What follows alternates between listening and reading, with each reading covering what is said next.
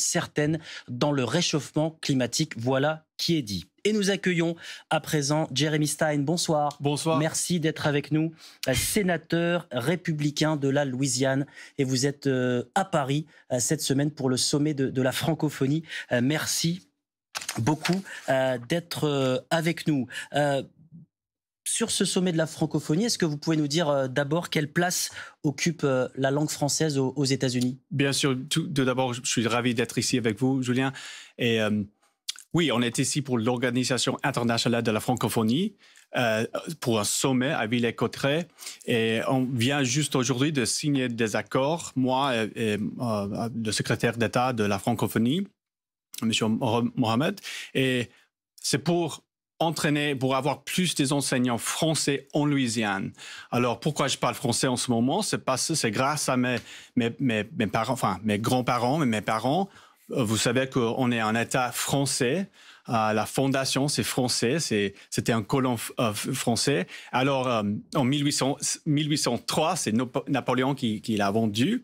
Mais on a toujours les familles françaises avec les noms de famille françaises. Alors, comme moi, j'ai Landry, c'est Lafleur, c'est Carrier, c'est Fontenot, c'est pour moi. Et j'ai fait des études, des programmes d'immersion en français. Alors, c'était des professeurs français.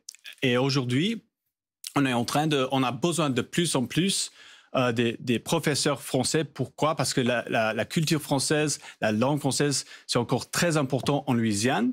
Alors justement, on va regarder cette carte qui illustre vos propos. Dans 15 comtés aux États-Unis, un comté, c'est une subdivision administrative dans chaque État. Eh bien, dans 15 comtés, le français est langue officielle aux côtés de l'anglais. On voit sur ces comtés en bleu, en tout petit, sur cette carte. Alors, principalement chez vous, en Louisiane, on le voit, et tout près du Canada, les petits Américains, donc, ils apprennent le français. C'est ça, et on est fiers de ça.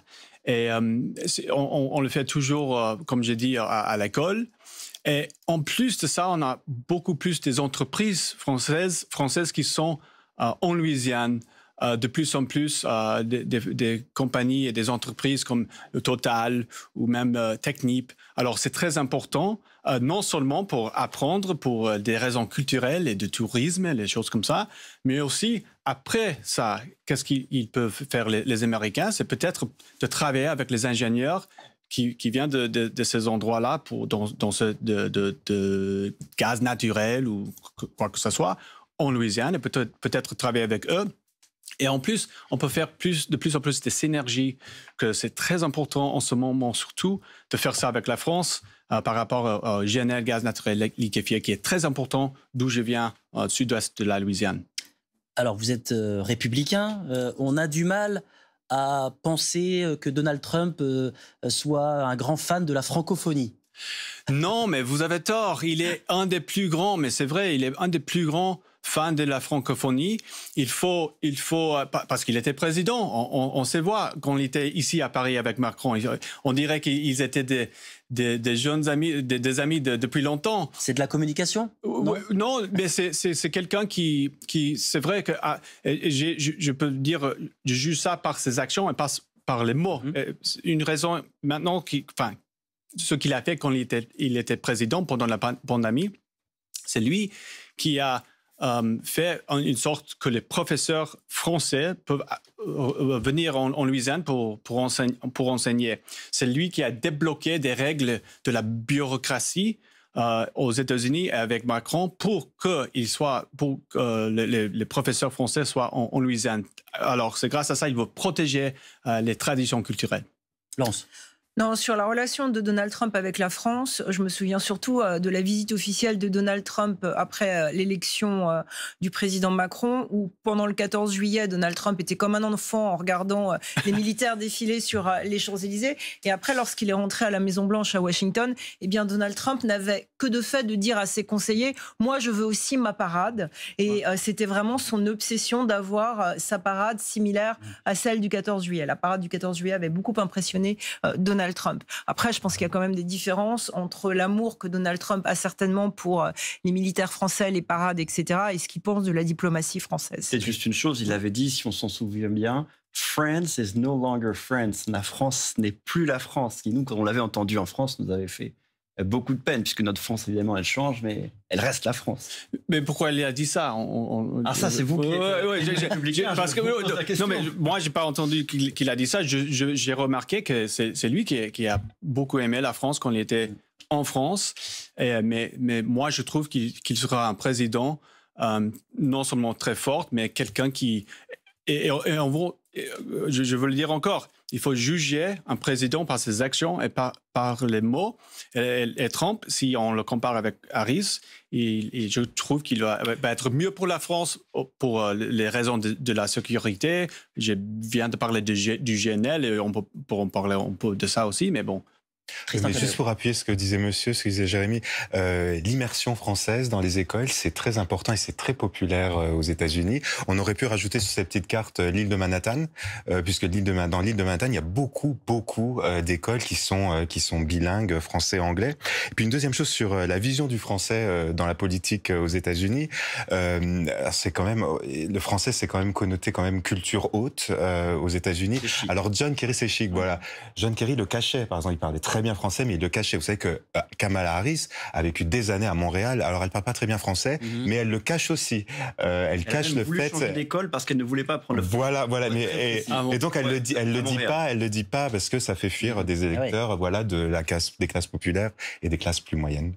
Non, je voudrais quand même rappeler que sur les meetings, lorsque Donald Trump, en tout cas dans cette campagne électorale, parle de la France, il cite toujours un deal qu'il a fait avec le président Macron, et ça dure pendant 5 à 6 minutes, où il dit, voilà, de toute manière, moi, si je serais élu, eh bien, le champagne français, le vin français sera vraiment taxé. Donc, je pense que oui, il y a quand même une relation qui est très sympathique de Donald Trump, qui dit, j'adore la France et j'adore la cuisine, mais politiquement, ça sera sans doute un peu plus complexe que ça, si jamais il est élu au pouvoir. Et on se souvient aussi de cette poignée de main terrible, la première poignée de main de Trump-Macron, où il avait vraiment serré très fort, et cette image avait fait le tour du monde. Et puis il y avait eu un geste sur les épaules, je crois, il y avait quelque chose. Au moment où le président Macron était à Washington pour une visite officielle, la visite d'État, et c'était au moment où il essayait justement de négocier avec les Américains sur l'Iran, et dans le bureau ovale, Donald Trump avait fait ça au président Macron. Ça avait été vraiment vécu à l'époque comme une humiliation. Mais par rapport au champagne, vous savez, il y a le Trump champagne aux États-Unis, c'est un blanc de blanc. Oui, mais le champagne français est vraiment meilleur. Mais c'est pas très cher aussi. Mais c'est pour ça, peut-être, il a dit ça par rapport aux compétitions. Non, mais... Très objectivement, le champagne français me semble meilleur que le champagne Trump. Moi, j'ai préféré. Alors, vous préférez quoi? Le champagne de la France. Attends, quand même. C'est le vrai champagne, alors. Mais c'est vrai que quand il a dit ça, mais encore, il faut lui juger par ses actions. Ses actions, c'était une économie très forte. Avec Harris, c'était l'inflation qui augmente. Elle va augmenter, comme Macron veut le faire aujourd'hui, augmenter les impôts avec les entreprises. Harris, je crois qu'elle va faire la même chose. Et l'inflation, ça augmente. Avec Trump, on n'avait pas ça. Alors, je voudrais vous entendre sur l'une des images fortes de cette campagne aujourd'hui. On va peut-être revoir cette image de Kamala Harris qui est en Géorgie, l'un des États les plus touchés par la tempête Hélène. Joe Biden est également en Caroline du Sud pour être au plus près des sinistrés. Vous êtes un sénateur de Louisiane qui avait été touché par l'ouragan Katrina. On s'en souvient, c'était en 2005, plus de 1800 morts. Donald Trump, il attaque très fort Kamala Harris sur cette tempête. Il trouve que Joe Biden et Kamala Harris ne sont pas assez réactifs par rapport à ces sinistrés. Est-ce que vous êtes d'accord avec Donald Trump? Mais bien sûr. Il faut regarder Harris. Et même les démocrates disent que c'est comme on est en train de regarder une émission de VIP. Je ne sais pas si vous connaissez cette émission avec Julia Louis-Dreyfus. Et c'est vraiment la vie qui se moque de l'art, parce que elle est pas sérieuse. Et même Biden, il est même pas là mentalement. Non, il est là mentalement, Biden. Il est en ce moment dans Air Force One et il est en train de se diriger. Il est quand même, on peut reprocher quand même des faiblesses à Biden, mais objectivement, le président Biden, là, il est en train de se diriger vers un des États sinistrés. Il vient de faire un point de presse qu'on a eu.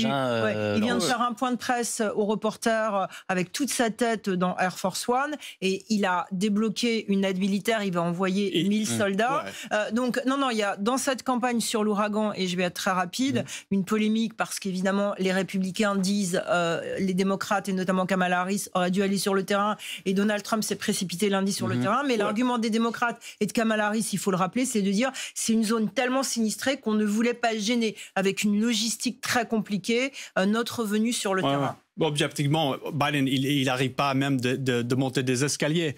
Alors, c'est pas vrai qu'il est là mentalement, c'est pas vrai. Il faut demander. Attendez, je connais très bien les gens autour de lui. Beaucoup viennent de la Nouvelle-Orléans et il n'est pas là. Il n'est pas tout là. Ça, c'est vrai. Et c'est pour ça, je crois et je trouve qu'il y a tout ce qu'on a au Moyen-Orient. Tout ce qu'on a en Ukraine, c'est parce qu'il est faible. Est-ce qu'on avait ça avec Trump? Non. La réponse est non. Non, mais là, on parle de l'ouragan. Bien sûr, mais c'est tout le même. Il y a des désastres partout. Et même la réponse de ces désastres. Moi, ce que j'essaie de comprendre, par contre, parce que vous disiez Kamala Harris, elle n'est pas sérieuse. Et sans aller dans l'outrance ou dans l'insulte, en quoi est-ce que vous ne trouvez pas qu'elle n'est pas sérieuse? Mais il faut lui écouter. Elle ne pouvait pas faire une interview, pas dans une autre langue, mais même dans sa langue anglaise, sans avec un téléprompteur. Mais c'est sérieux. Et c'est dangereux, ça me fait peur, c'est vrai. Le débat était sans prompteur.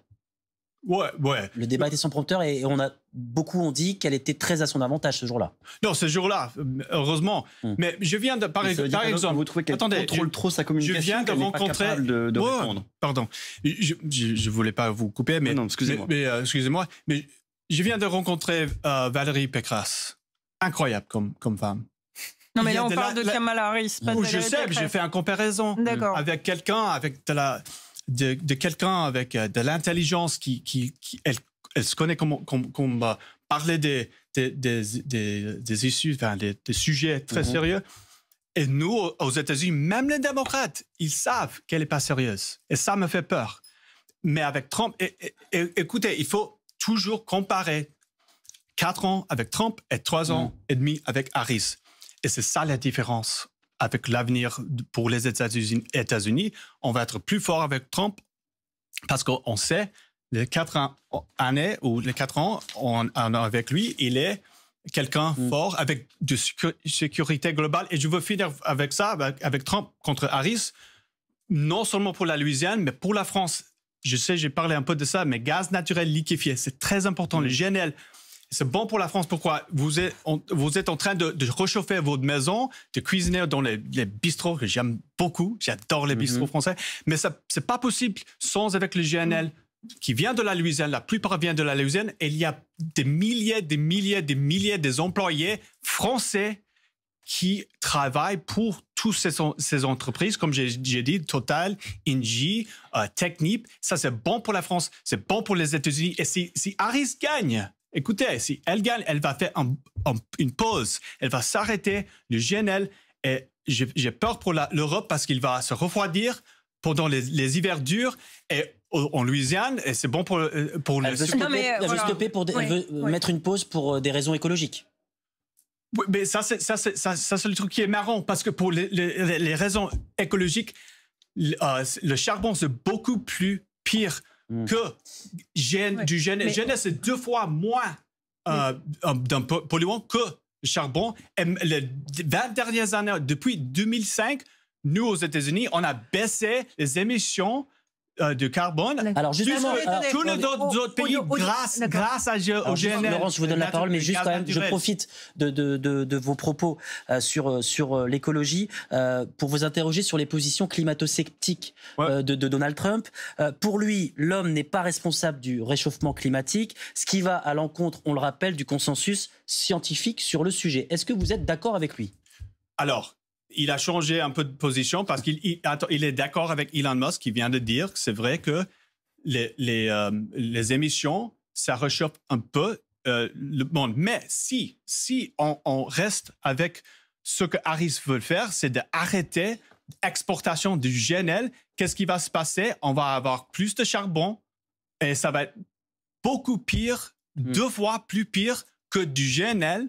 Et l'exportation du GNL, et pour la sécurité globale, c'est encore pire parce qu'on va rester sur les épaules de Poutine et le gaz naturel sale de lui.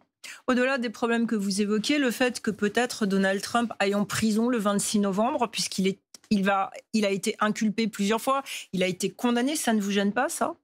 Répétez encore. Je dis que Donald Trump a été reconnu coupable dans un procès. Le 26 novembre, il y aura la sentence à New York. Il risque 4 ans de prison. S'il est élu, ce sera peut-être le premier président inculpé à peut-être être condamné à la prison. Et ça ne vous gêne pas d'avoir un président inculpé au pouvoir ? Non, parce que ça va...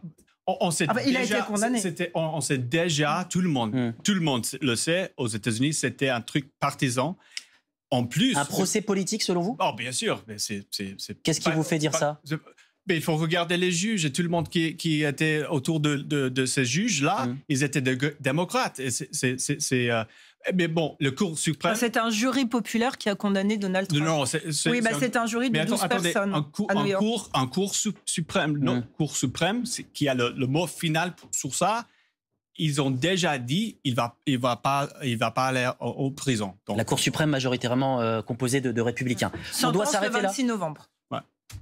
Le rendez-vous pris. Merci beaucoup. Merci beaucoup. Un plaisir. C'est vraiment. Et j'aimerais bien de faire ça après l'élection de Donald Trump. On vous réinvitera. On vous réinvitera pour boire du champagne français.